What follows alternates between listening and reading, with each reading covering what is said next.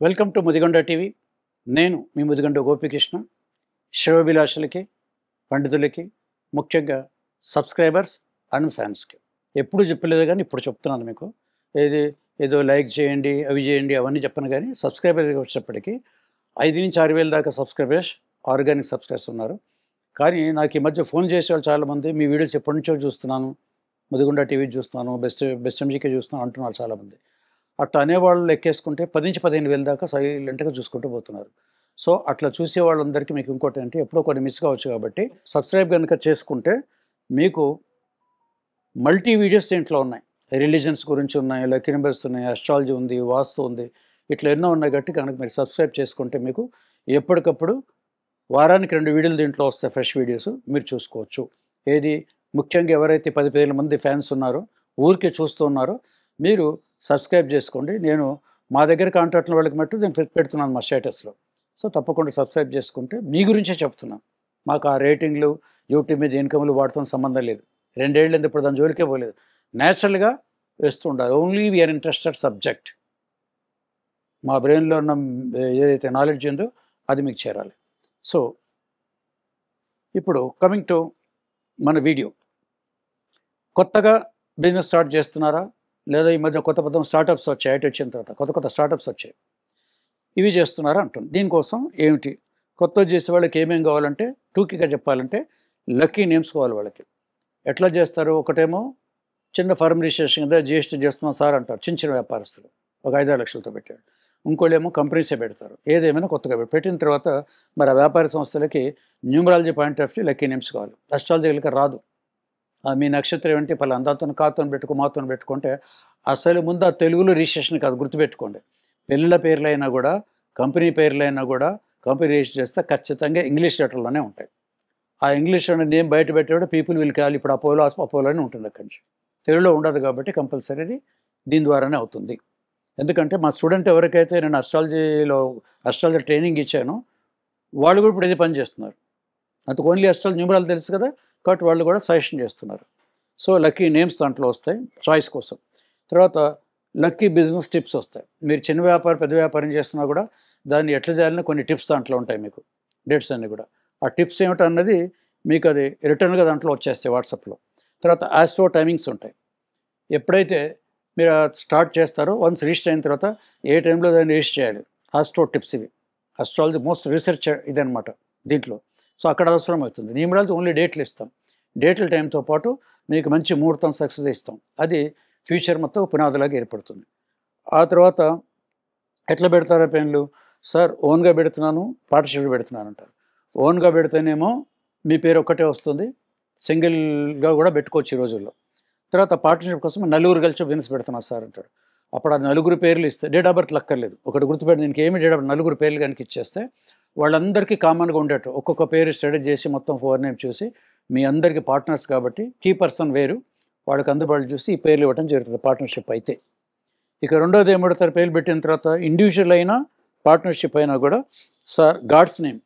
ముఖ్యంగా కోస్టల్ ఆంధ్రాలో east west Godavari, Vizag, Parvathipuram, Srikakulam దాకా ఏం చేస్తారంటే సార్ మాకు మా కులదైవం ఉన్నారు సార్, వెంకటేశ్వర స్వామి పేరు రావాలి, శివుడి పేరు ఉండాలి, అమ్మవారి పేరు పెట్టండి సార్ వచ్చేలాగా అని దేవుడి పేరు కొడతారు. ఇది డిమాండ్ కాదు, వాళ్ళ రిక్వెస్ట్, వాళ్ళ చాయిస్, వాళ్ళ సెంటిమెంట్. సో ఆ సెంటిమెంట్లు కాకుండా అది పెడతాను. కాబట్టి వాళ్ళు అడిగాను డైరెక్ట్గా ఏదో లక్ష్మీ ఎంటర్ప్రైజెస్, బాలాజీ ఎంటర్ప్రైజెస్ ఇలాంటివి ఉండవు, ఇండైరెక్ట్గా పెడతాను దానికి. సో గాడ్స్ నేమ్ పెడతారు. ఈ మధ్య కొంతమంది ఏం చేస్తున్నారంటే గ్రాండ్మా తాతయ్యలు, అమ్మమ్మలు, వాళ్ళ పెద్దవాళ్ళ పేరు పెడితే బాగుంటుంది సార్ మాకు ఎవరో చెప్పారు వ్యాపార సంస్థలు, వాళ్ళ పేరు మీద, అంటే వాళ్ళ పేరు డైరెక్ట్ అని కాదు, వాళ్ళ పేరు కలిసి వచ్చేలాగా, వాళ్ళ నేమ్ కలిసి వచ్చేలాగా, లేదా వాళ్ళ పేర్లో ఒక అక్షరం కలిసి వచ్చేలాగా పెట్టండి సార్ అని. ఇది కూడా ఒక టైప్ ఆఫ్ సెంటిమెంట్. మొన్న వారం రోజుల కింద ఒకటి పెట్టాను నేను. ఈ టైప్ ఆఫ్ ఇది అడుగుతున్నారు అక్కడి నుంచి. ఇంకేం పెడతారు? ఇక షార్ట్ బట్ సెట్ ఎలాగ ఉంటుంది, చాంతాడంత పేర్లు పెడితే ఒప్పుకోరు వాళ్ళు. సో చాలా ట్రెండీగా, ఈజీ, క్యాచీగా, 10 మంది నోడలు నానేటట్టు, తొందరగా బిజినెస్ పాపులారిటీ వచ్చేటట్టు, ముందు అది ప్రజల్లోకి వెళ్ళిపోవాలి. మన సినిమా భాషలో చెప్పాలంటే ప్రీమియర్ షోలు లాంటిది, ప్రమోస్ లాంటిది. ప్రమోస్లు ఏ సినిమాలను వస్తాయి, ఎట్లా ప్రమోస్ వస్తాయి వాళ్ళకి. సో ముందు ఇది వెళ్ళిపోవాలి నాణాలు అక్కడి నుంచి. అవి అట్లాంటి పేర్లు పెట్టాల్సి వస్తుంది. తర్వాత ప్లస్ గైడెన్స్ లాస్ట్లో. తర్వాత దానికి మనం ఎన్నో వ్యాపార సంస్థలు ఎన్నో వాటికి పెట్టిన సక్సెస్ఫుల్గా చాలా వరకు ఉన్నాయి. 10% నాకు ఎవరూ చెప్పలేదు కానీ 90% మటుకు ఫీడ్బ్యాక్ ఉంది. అదిగాక ఇప్పుడు పిల్ల పేరు లాగానే ఇప్పుడు నెల్లూరు తీసుకున్నా, వైజాగ్ తీసుకున్నా, దుబాయ్ తీసుకున్నా, లేదా అమెరికా తీసుకున్నా కూడా అక్కడ చాలా మటుకు వ్యాపార సంస్థలు పెడితే 5-6 ఏళ్ల కింద పెట్టిన వాళ్ళు మళ్ళీ సెకండ్ బిజినెస్, థర్డ్ బిజినెస్ ఇప్పుడు మూడోది నడుస్తుంది. సార్ మొదటి బిజినెస్ మీరే పెట్టారు, రెండోదాన్ని మీరే పెట్టి మూడోది కావాలి. ఇవి అలా నడుస్తున్నాయి కొన్ని. ఎందుకంటే ఎప్పటి నుంచో ఉంది కదా, 10 ఏళ్ల కింద పెట్టి ఉంటాం. సో ఈ మధ్య మూడో దానికి వచ్చారు. పెళ్ళి పేర్లకు వచ్చినప్పుడు సార్ మా ఫస్ట్ బాబుకి మీరే పెట్టారు, ఆ తర్వాత 2 years తర్వాత మళ్ళీ వచ్చాను పాపకు పెట్టాను, ఇప్పుడు మళ్ళీ మన లాస్ట్ మంత్ పాప పుట్టిందని. ఇది నడుస్తుంది అనమాట. ఎందుకంటే బికాస్ ఆఫ్ ది ఎక్స్పీరియన్స్ అనుకోండి. 30 ఏళ్ళ నుంచి ఉన్నాం కదా, ఇన్నేళ్ళలో వాళ్ళకి ఒకటే బాబు ఎందుకు ఉంటాడు, రెండో బాబు మూడో బాబు కూడా ఉండొచ్చు. అవి నడుస్తున్నాయి కొత్తగా కాకుండా. అలాగే బిజినెస్కి వచ్చేటప్పటికి ఇన్ని పాయింట్ దాంట్లో ఉంటాయి అన్నమాట. సో వీళ్ళకి ఫుల్ గైడెన్స్ దానికి ఇవ్వడం జరుగుతుంది. ఏది దీంతో పాటు ఆ షాప్ పెట్టేవాళ్ళు ఆల్రెడీ షాపో లేదా ఒక ఆఫీస్ కనుక తీసుకుంటే ఆల్రెడీ ఉంటే వీళ్ళ పేరు పెట్టి వాళ్ళ వాస్తు సిట్టింగ్ అంతా ఎట్లా ఉండాలి ఆ సెటప్ కూడా చెప్తాం. ఏది ఇంక్లూడింగ్ వాస్తు. లేదు కొత్తగా తీసుకోబోతున్నామనంటే మీకు ఏది లక్కీ డైరెక్షనో, మీకు తూర్పు బాగుంటుందా ఉత్తర బాగుంటుందా, ఏ దిశ వైపు మీరు చేస్తే బాగుంటుందంటే ఆ గైడెన్స్ కూడా ఉంటుంది. ఆల్రెడీ తీసుకుంటే ఒకలాగా ఉంటుంది, కొత్తగా తీసుకుంటే డైరెక్ట్ అది చూడమని చెప్తాను.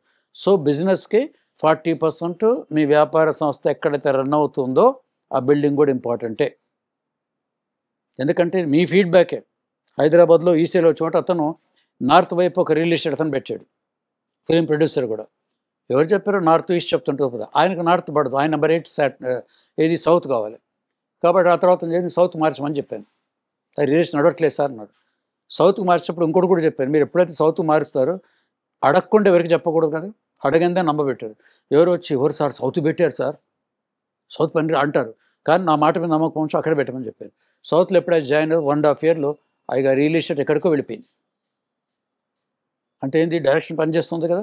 అంటే ఇక్కడ చెప్పబోయేది ఏంటంటే వాస్తులు మీరు ఎవరన్నా అడగండి, ప్రకృతి కానీ వాస్తు 4 డైరెక్షన్ అన్నీ మంచివే, ఏ ఒక్కటి కామన్ కాదు. అందరికీ తూర్పు ఒక్కటే మంచిదే కదా, అందరికీ ఉత్తరం కాదు సౌత్ కూడా ఉంటుంది.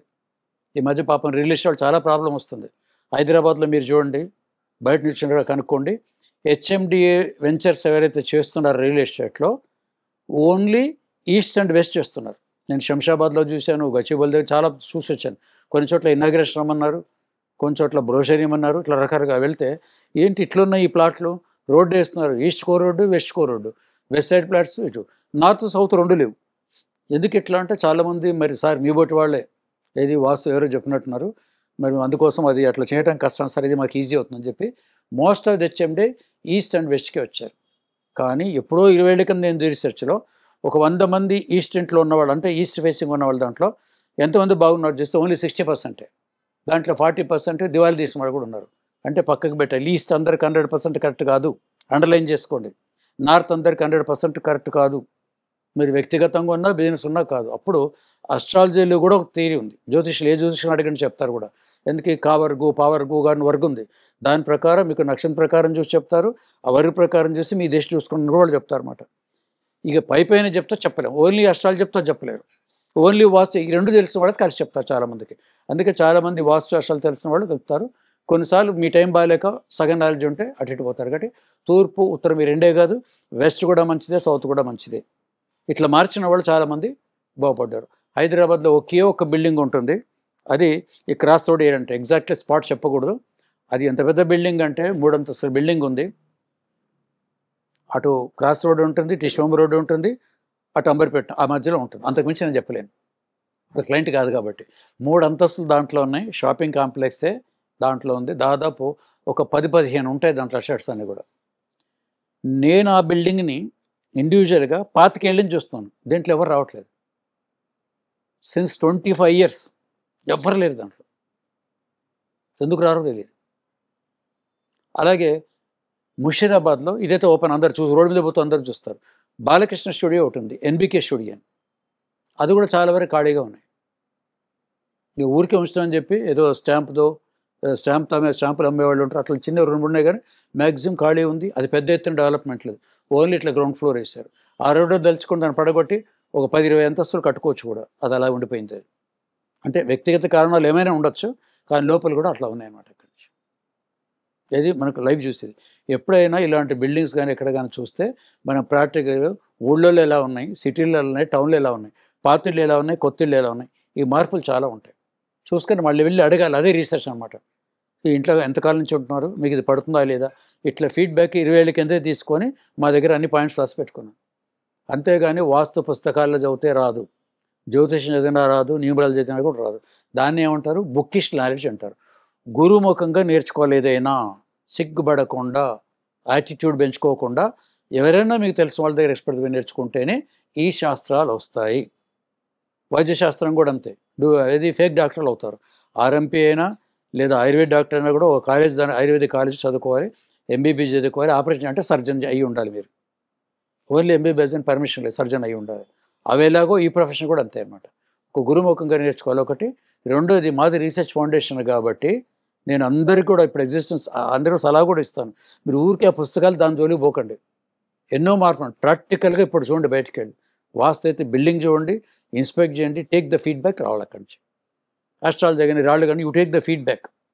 డెఫినెట్గా 100 అక్కర్లేదు. మనకు 100 కనుక మీరు ఒక డేటా షీట్ తీసుకుంటే 80 to 90% కనుక మీకు వస్తే యు ఆర్ ఓకే. 100% కూడా అక్కర్లేదు. దానికి వేరే ఎన్నో కారణాలు ఉంటాయి. ఎక్కడి నుంచి వదిలేండి వాటి గురించి.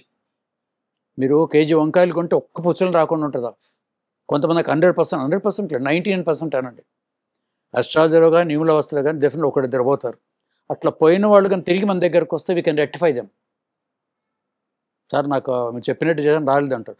మళ్ళీ కూర్చోబెట్టి ఇంకేంటి, మళ్ళీ సెకండ్ టైం ఫీజు చేసుకోకుండా వీలైతే ఇంకేదైనా హెల్ప్ చేస్తే వాళ్ళు బాగుపరచాలి. This is my policy. If they come back, అదనమాట. అందుకోసం కొత్తగా ఏదైతే ఆఫీసులు చేస్తున్నారో, స్టార్టప్లు చేస్తున్నారో వాళ్ళందరూ కూడా యూ కెన్ కన్సల్ట్. సింపుల్గా ప్రతి వీడియో మీద మీకు వాట్సాప్ దాని మీద ఉంటుంది.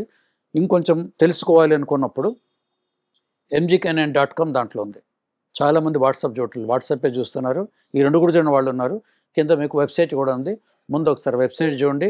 ఆ వెబ్సైట్ చూసిన తర్వాత వాట్సాప్ పెట్టి అప్పుడు మీ స్టార్టప్, మీ బిజినెస్ చెప్తే దానికి మీ దగ్గర నుంచి ఏమి ఇన్ఫర్మేషన్ కావాలని అడుగుతాను.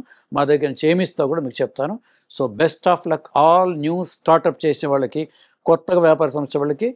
మళ్ళీ ఇంకా మనకు ఇంకా ఏప్రిల్ మనమన్నే వెళ్ళిపోయింది కాబట్టి నూతన సంవత్సర శుభాకాంక్షలతో ఇంకో పాయింట్ కూడా ఉంది. ఈ సంవత్సరంతో బిజినెస్ ఇయర్, విష్ణుమూర్తి దీనికి అధిపతి కాబట్టి ఈ సంవత్సరం కూడా మీరు పెద్ద ఎత్తున బిజినెస్ స్టార్ట్ చేస్తే కూడా ఇయర్ అందరూ కూడా బిజినెస్ ఉన్న వాళ్ళకి ఉంది, కొత్తగా స్టార్ట్ చేసిన వాళ్ళు డెవలప్ చేసుకోవచ్చు. కానీ once again not but least ఎప్పుడు చెప్పే ఒక స్లోగన్ ఏంటంటే 80% మీ స్వయం కృషి, ఒక సిస్టమేటిక్ స్వయం కృషి ఉంటుంది.